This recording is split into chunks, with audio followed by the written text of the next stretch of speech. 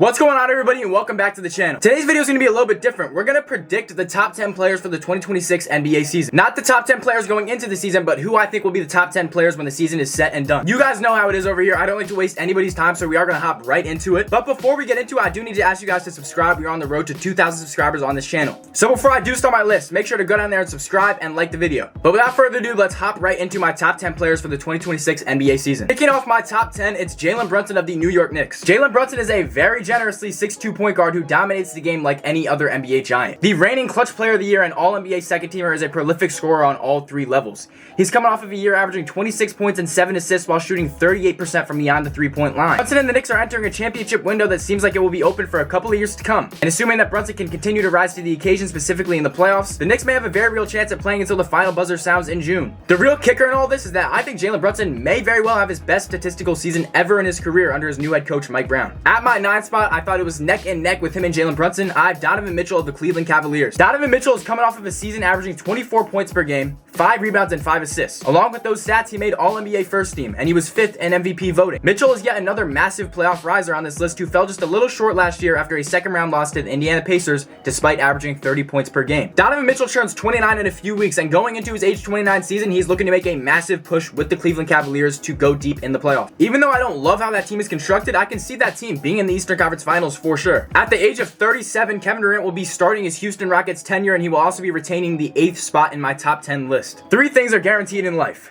death, taxes, and Kevin Durant averaging an efficient 26 points per game until the end of time. I do not care how old Kevin Durant is. He will always be effective, especially in a system like there is in Houston, where he's surrounded with defenders that can help him to preserve more energy defensively, and great off-ball players who are perfectly fine with KD taking the reins as the go-to guy in Houston. Kevin Durant could probably be a top 10 player as long as he wants, as long as he plays the game of basketball. At my 7th spot, I have Steph Curry of the Golden State Warriors. Steph Curry is another guy with a timeless game. He is the greatest shooter that we've ever seen play basketball. Steph had a tough start to last year's season, but following the Jimmy Butler trade, both Steph and the Warriors as a team made a massive leap back into superstardom and contention in the Western Conference. You guys all know who Steph is and why he is high on my list still. So without further ado, let's get to my 6th spot. At my 6th spot, I have Anthony Edwards of the Minnesota Timberwolves. Anthony Edwards is freshly 24 and entering only his 6th season in the NBA. Last season, Edwards averaged 28 points per game and made drastic improvements to his outside shot, shooting nearly 40% from 3, while leading the entire NBA in three-pointers made as he led his team to the conference finals for the 2nd year in a row, only to lose to the eventual champions in the Oklahoma City Thunder, by the way. In this upcoming season, it might not be crazy to expect another leap in maybe a different aspect of Ant's game, maybe playmaking, or really whatever he wants. Anthony Edwards could very well be a top 5 caliber talent next year, and I would not be surprised if he was,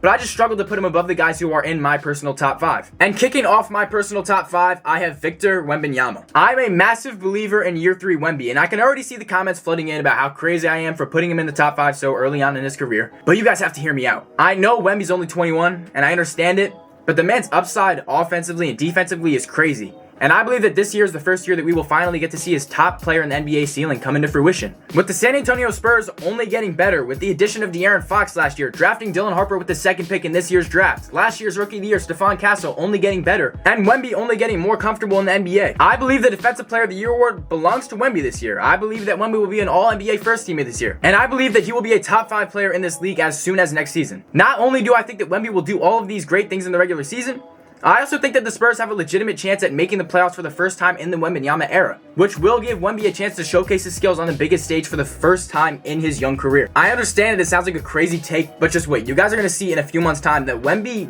might just be a top 5 talent. At my number 4 spot, I have Luka Doncic of the Los Angeles Lakers. Luka Doncic had an understandable down year for his standards last year in his first year with the Lakers after a trade that shook his world up when he was moved away from home with the Dallas Mavericks. You guys should take the word down and down year with a grain of salt, because averaging 28 points, 8 assists, and 8 rebounds like Luka did last year would be a pretty legendary year for basically any other player in the NBA. Despite Luka not having his best statistical year last year, we could still be in for a better season than ever next year in his first full season with the Lakers. Over this offseason, videos and photos have circulated of Luka Doncic looking like he's in peak physical condition. A lot of people suspected that last year he was not in peak physical condition at all, and that held him back. And if the answer to Luka's struggles was losing a couple of pounds and hitting some cardio in the gym, we may very well be in for a Luka masterclass in this upcoming NBA season with his improved health. At my 3 spot, I have the reigning MVP and kind of king in the NBA right now. He just got the cover of 2K26 too. It's Shai Gilgeous-Alexander. SGA is coming off of basically as good of a season as a player can have, where he won both the MVP award, a championship, and finals MVP on one of the best championship teams of the last 15 years. SGA is one of the most crafty and efficient shot creators I've ever seen play basketball. He just makes it look so easy every single time down the floor. He's one of the best mid-range scorers ever. He draws fouls with the best of them, which, yes, is a skill. And he creates space effortlessly. Not only is he amazing offensively, SGA is one of the better guard defenders in the NBA with his surprising length and really good defensive IQ. The only reason I don't have SGA a little bit higher on this list is because I envision him losing a little bit of his offensive touches to J-Dub and Chet in the upcoming NBA season. Yes, his offensive numbers will still be elite, but I just envision J-Dub and Chet taking a little bit more of his touches next year, at least in the regular season. At my 2 spot, I have Giannis Antetokounmpo, who I think is in for a massive statistical year this year with the Milwaukee Bucks. Giannis is on a Bucks team this year that a lot of people thought that he might have not been on after this summer, but he's on it now, and he is the first, second, and third option for scoring. With Lillard gone, Giannis will have to do basically everything and then some for this Bucks team, which means a massive year is incoming, at least statistically. Giannis averaged a career high 30.4 points per game last year, and that's a number that I can see going up to maybe around the 33 points per game range next year without a doubt, because the Bucks will need every single point you will supply them with, because that team is not good at all. Kyle Kuzma may very well be that team's second option.